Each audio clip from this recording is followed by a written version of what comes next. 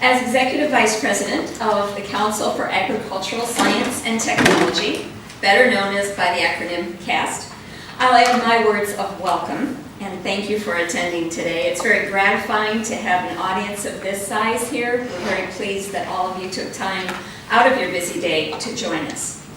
I'd like to thank the special guests who have agreed to participate today, and you'll be meeting all of them in more detail soon, but let me just introduce them briefly. Charles Weiss, Distinguished Professor in the School of Foreign Service, Georgetown University, who will be our moderator. Karil Kochenderfer, Principal at LINKAGES. Tom Redick, CEO of Global Environmental Ethics Council. Alison van Eenennaam, Department of Animal Science, University of California, Davis. And Mark Walton, Chief Marketing Officer at Recombinetics. And I want to give a special thanks to our co-host organization, foodpolicy.us, for the considerable assistance that Brett and Marlon Buckner have provided with all the arrangements. They have been the feet on the ground in Washington that has made this possible, and we're very pleased to be partnering with them. It's my pleasure this afternoon to tell you briefly about CAST, especially for those of you who may not know much about this organization. CAST is a nonprofit membership organization founded 42 years ago to assemble and distribute information about agricultural science and technology. Although we're located in the heartland, Ames, Iowa, CAST got its start right here in Washington, D.C., when in 1970, the National Research Council of the National Academy of Sciences formed a planning committee to talk about what should be the role of agricultural science societies.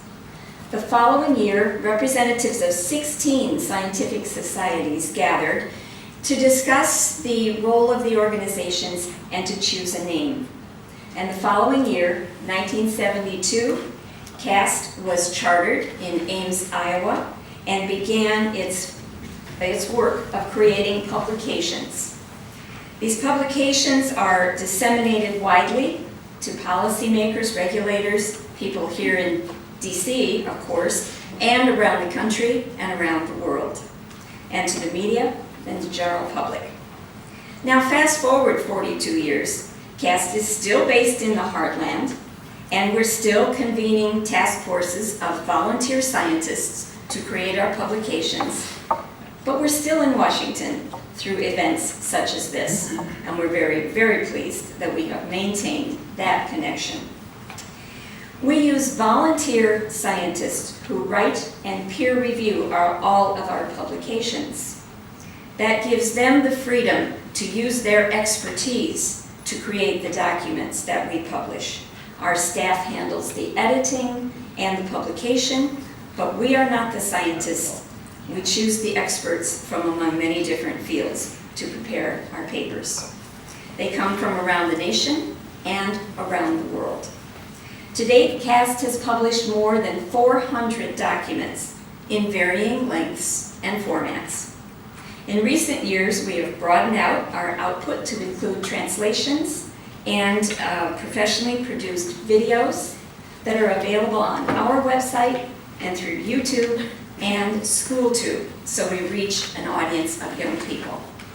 And of course, we're using social media to make our information available to an even newer audience who want to find information online and quickly. CAST is there with an upgraded website, blogs, Facebook, Twitter, and Pinterest. We're here in Washington today to release our newest CAST issue paper, as Brett mentioned.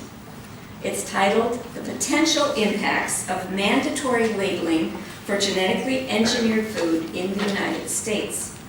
This paper is available now, free of charge, on the CAST website. Earlier today, Dr. Alison van Eenennaam, who served as the task force chair, gave two presentations for this publication. First was a briefing for Senate staffers, and then was a very successful Lunch and Learn seminar hosted by NCFAR for House staffers. So we're very pleased that she has the stamina to give a third presentation today. You'll all benefit from hearing her. She's here to share highlights of the paper, and then she'll participate in the discussion with our other invited guests. So now I will turn the program over to Dr. Van Eenennaam. Alison.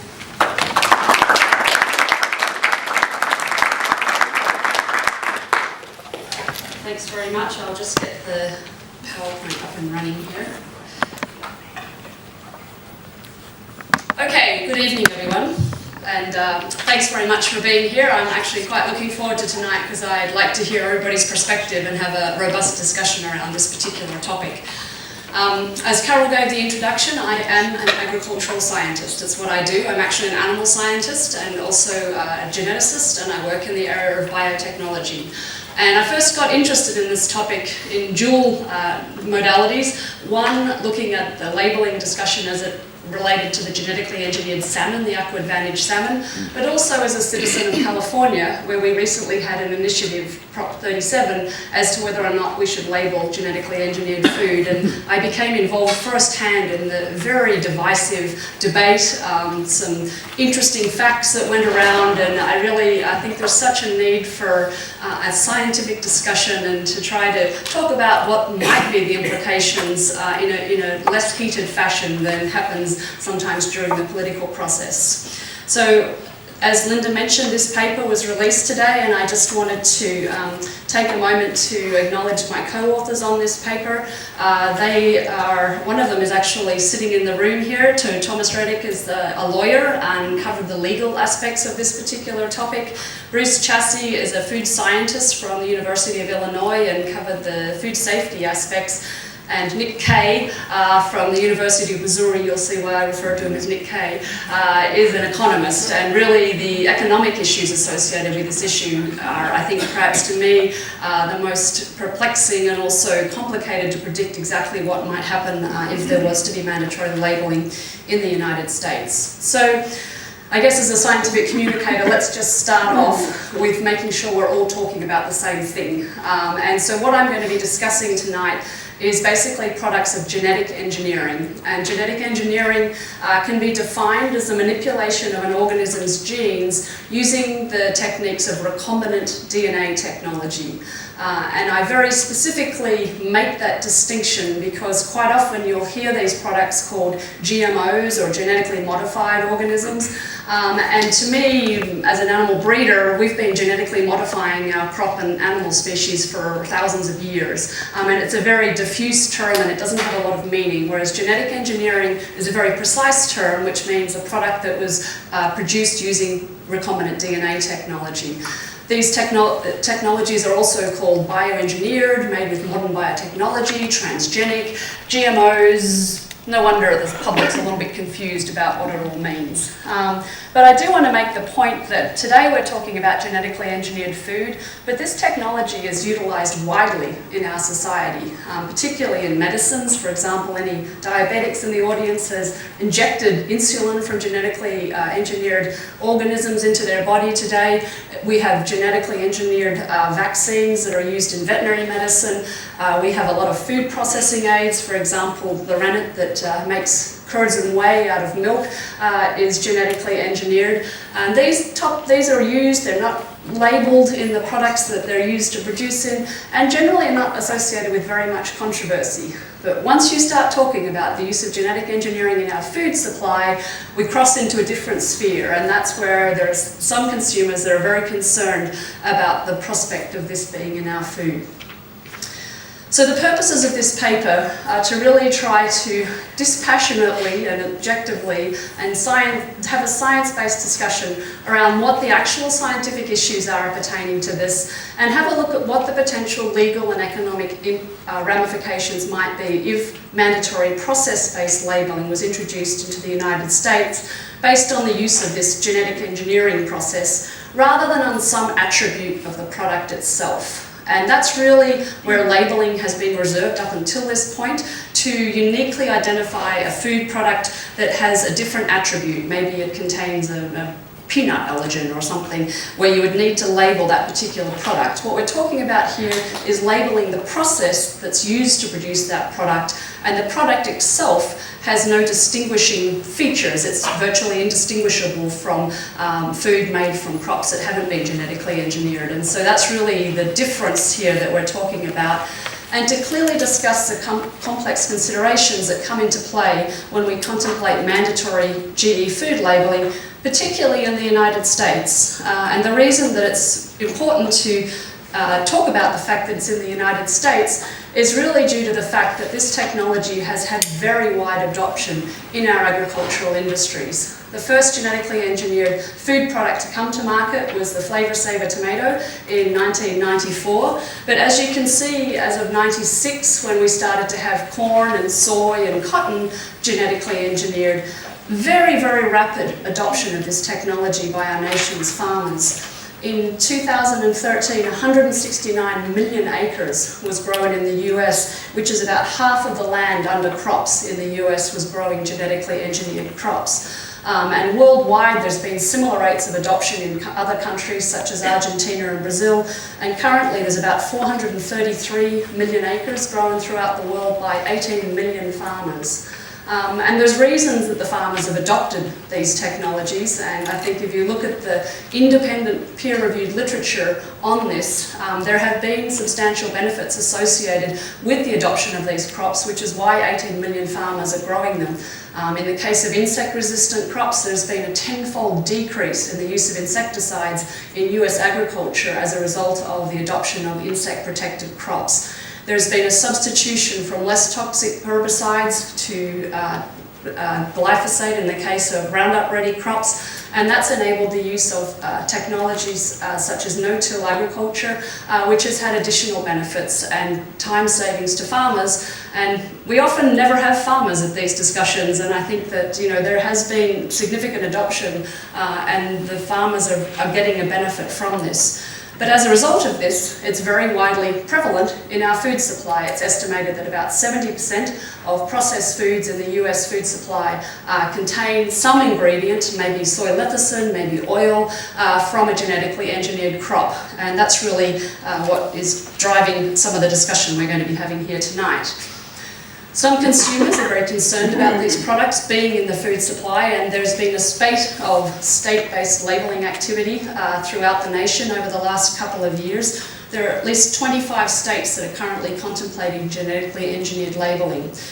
There's been a couple of ballot initiatives. I alluded to the Californian one in 2012. There was one in Washington in 2013, where there was an actual ballot initiative where people voted, and in both cases the majority of the voters in those states voted against mandatory labelling.